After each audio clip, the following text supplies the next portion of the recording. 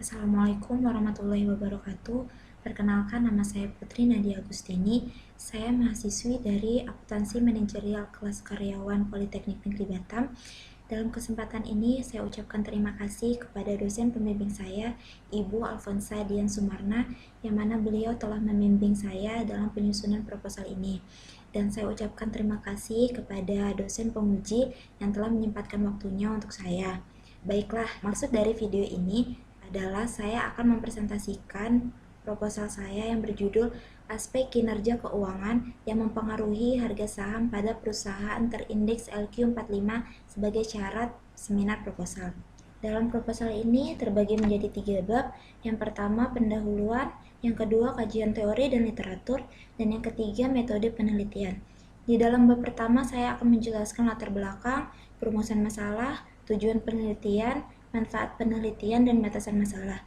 Di bab yang kedua, saya akan menjelaskan kajian teori, kajian literatur, dan pengembangan hipotesis. Dan di bab yang ketiga, saya akan menjelaskan operasional variabel dan pengukuran, jenis dan sumber data, lokasi dan objek penelitian, teknik penetapan jumlah sampel, teknik penarikan sampel, teknik pengumpulan data, teknik pengolahan data, teknik analisis data, dan uji hipotesis. Saya masuk ke bab yang pertama, yaitu pendahuluan. Latar belakang yang pertama yaitu dampak COVID-19 terhadap harga saham. Di tahun 2020 merupakan tahun penuh tantangan di mana pandemi global COVID-19 melanda seluruh dunia.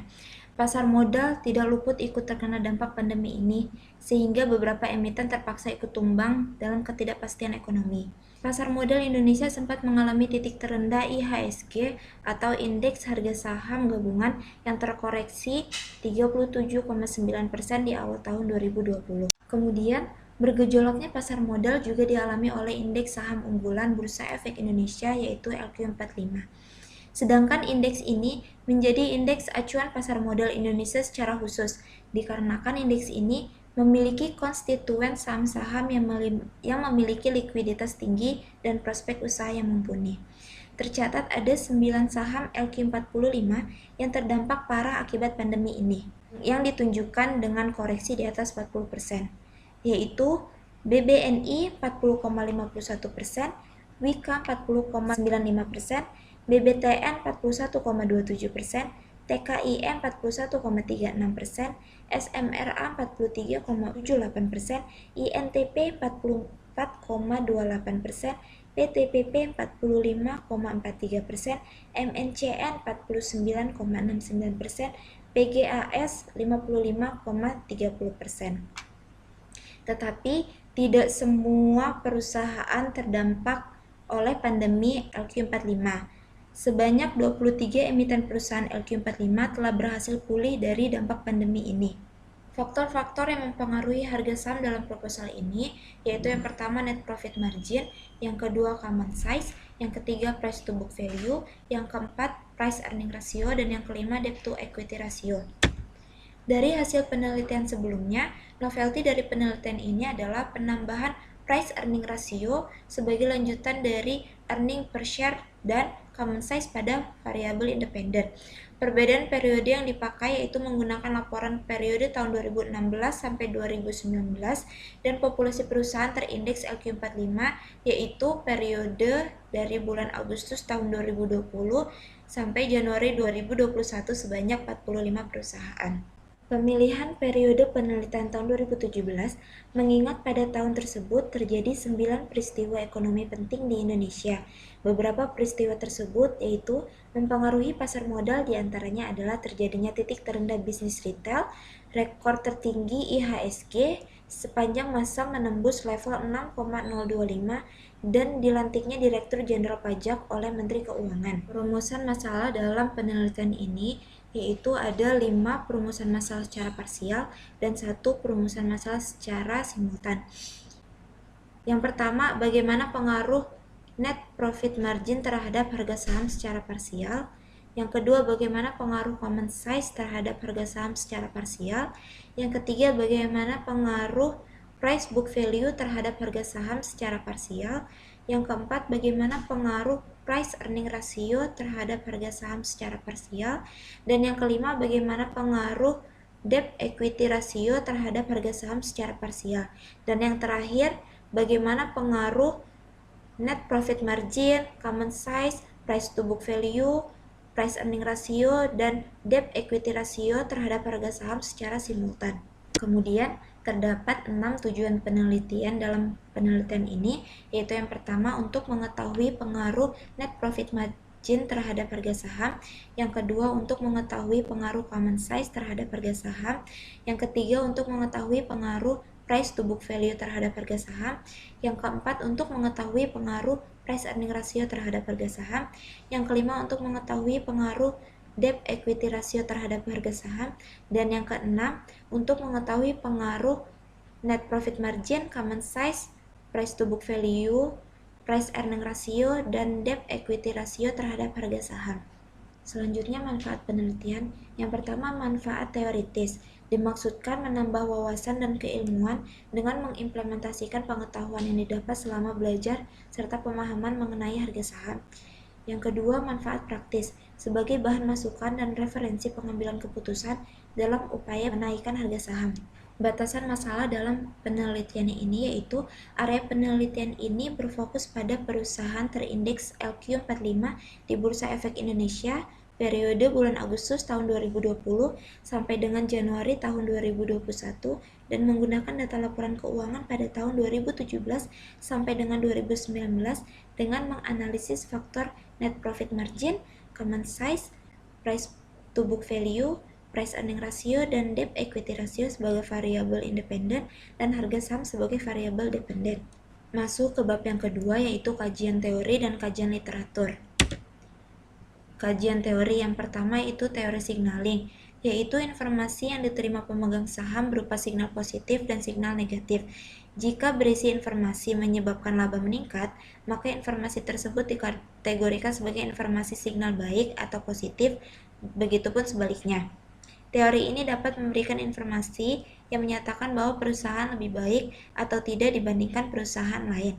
Terkait dengan penelitian ini, teori ini menjadi dasar pola berpikir bahwa informasi kinerja perusahaan akan memberi dampak kepada harga saham. Dan yang kedua yaitu teori agensi.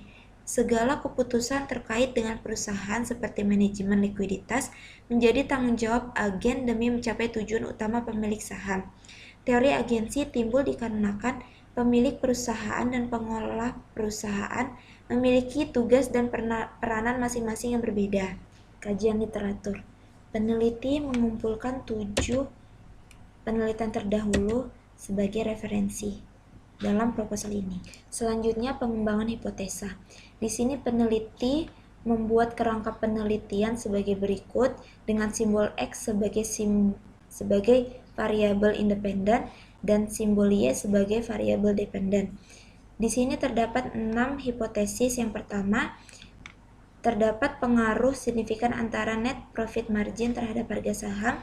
Yang kedua, terdapat pengaruh signifikan antara common size terhadap harga saham. Hipotesis yang ketiga yaitu terdapat pengaruh signifikan antara price book value terhadap harga saham. Yang keempat, terdapat pengaruh signifikan antara price earning ratio terhadap harga saham. Yang kelima, terdapat pengaruh signifikan antara debt equity ratio terhadap harga saham. Dan yang keenam yaitu terdapat pengaruh signifikan antara semua variabel independen terhadap harga saham. Variabel independen yang dimaksud yaitu net profit margin, common size, price book value, price earning ratio, dan debt equity ratio. Selanjutnya masuk ke bab yang ketiga yaitu metode penelitian. Yang pertama, operasional variabel dan pengukuran. Dalam variabel dependen yaitu hanya satu, harga saham. Harga saham dihitung dari harga penutupan akhir tahun per tanggal 31 Desember untuk masing-masing emiten. Masuk ke variabel independen. Variabel independen yang pertama yaitu net profit margin. Net profit margin adalah satu dari beberapa jenis rasio profitabilitas yang dapat dihitung dengan cara membandingkan net profit dengan net sales. Yang kedua yaitu common size. Common size dihitung menggunakan analisis presentasi common size yang dibagi menjadi 3 langkah. Yang pertama, menyatakan total aktiva pasif dan total penjualan neto menjadi 100% terlebih dahulu. Yang kedua, menghitung persentase pada neraca dengan membagi jumlah rupiah masing-masing komponen yang ada di neraca dengan total aktiva untuk presentasi aktiva dan dengan total pasiva untuk presentasi pasiva. Dan yang ketiga, menghitung presentasi pada laporan laba rugi dengan cara membagi jumlah rupiah yang ada di dalam laporan laba rugi dengan total penjualan neto. Yang ketiga, price book value. Price book value, para pemegang saham sering membandingkan harga saham di pasar saham dengan jumlah lembar saham yang beredar untuk mengetahui nilai price book value. Yang ketiga, price earning ratio. Price earning ratio atau rasio harga terhadap pendapatan merupakan rasio yang digunakan untuk mengevaluasi investasi. Perhitungan rasio ini dengan membandingkan harga pasar per saham dengan laba bersih per sahamnya. Yang selanjutnya, debt to equity ratio atau DER. DER atau rasio utang terhadap modal dihitung dengan membandingkan total liability atau jumlah hutang perusahaan dengan ekuitas. Selanjutnya, jenis dan sumber data. Ditinjau dari jenis data, penelitian ini menggunakan jenis data rasio dikarenakan data rasio merupakan data numerik berupa angka yang sesuai dengan penelitian ini, yaitu penelitian kuantitatif. Sedangkan pengumpulan data bersumber dari data sekunder berupa laporan keuangan perusahaan yang terindeks LQ45 dengan tahun penelitian 2017 sampai dengan tahun 2019. Selanjutnya, lokasi dan objek penelitian. Lokasi penelitian dan objek penelitian yang digunakan peneliti yaitu perusahaan terindeks LQ45 karena perusahaan tersebut memiliki likuiditas yang tinggi. Selain itu juga, Bursa Efek Indonesia melakukan pemantauan rutin mengenai kinerja perusahaan LQ45 per semester atau 6 bulan sekali, yaitu pada bulan Februari dan pada bulan Agustus. Daftar emiten yang digunakan dalam penelitian ini terlihat pada lampiran yang pertama, yaitu LQ45 periode Agustus tahun 2020 sampai Januari tahun 2021. Selanjutnya, teknik penetapan jumlah sampel. Jumlah sampel yang ditetapkan pada penelitian ini sebanyak total populasi dengan menentukan kriteria sesuai dengan kebutuhan penelitian. Jumlah populasi yang akan dianalisis adalah sebanyak 45 perusahaan yang terindeks LQ45. Selanjutnya, teknik penarikan sampel. Peneliti memilih metode sampel tidak dipilih secara acak atau non-probability sample dengan menggunakan teknik purposive sampling, di mana peneliti menetapkan kriteria tertentu yang telah disesuaikan dengan kebutuhan penelitian. Kriteria tersebut yaitu yang pertama, laporan keuangan perusahaan yang terindeks LQ45 periode 2017 sampai dengan 2019 yang disajikan lengkap tertanggal per 31 Desember. Yang selanjutnya itu laporan keuangan menggunakan mata uang rupiah. Dan yang ketiga, laporan keuangan menyediakan variabel-variabel yang dibutuhkan dalam penelitian ini. Selanjutnya, teknik pengolahan data. Teknik pengolahan data diawali dengan melakukan pengecekan dokumen yang sudah dikumpulkan.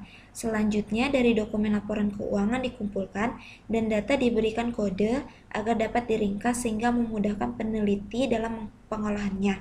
Data-data ringkas yang sudah dikumpulkan kemudian dimasukkan ke Microsoft Excel, kemudian diolah lebih lanjut dengan bantuan penggunaan program aplikasi SPSS yang dapat mempermudah dalam melakukan analisis statistika. Dan yang terakhir adalah teknik analisis data.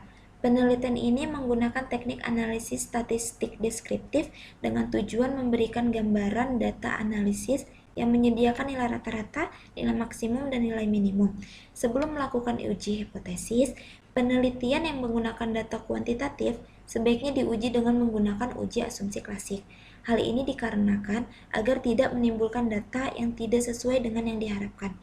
Uji asumsi klasik meliputi uji autokorelasi, uji normalitas, uji multikoliniaritas, dan uji heteroskedasisitas. Tujuan uji hipotesis adalah apakah ada pengaruh antara variabel independen terhadap variabel dependen. Tujuan uji T adalah untuk mengetahui apakah ada pengaruh signifikan antara variabel independen dan variabel dependen secara parsial. Sama halnya dengan uji T. Uji F bertujuan untuk mengetahui apakah ada pengaruh signifikan antara variabel independen terhadap variabel dependen, tetapi perbedaannya uji F secara simultan. Keduanya sama-sama signifikan jika angka signifikasi lebih kecil dari 0,05 atau 5%.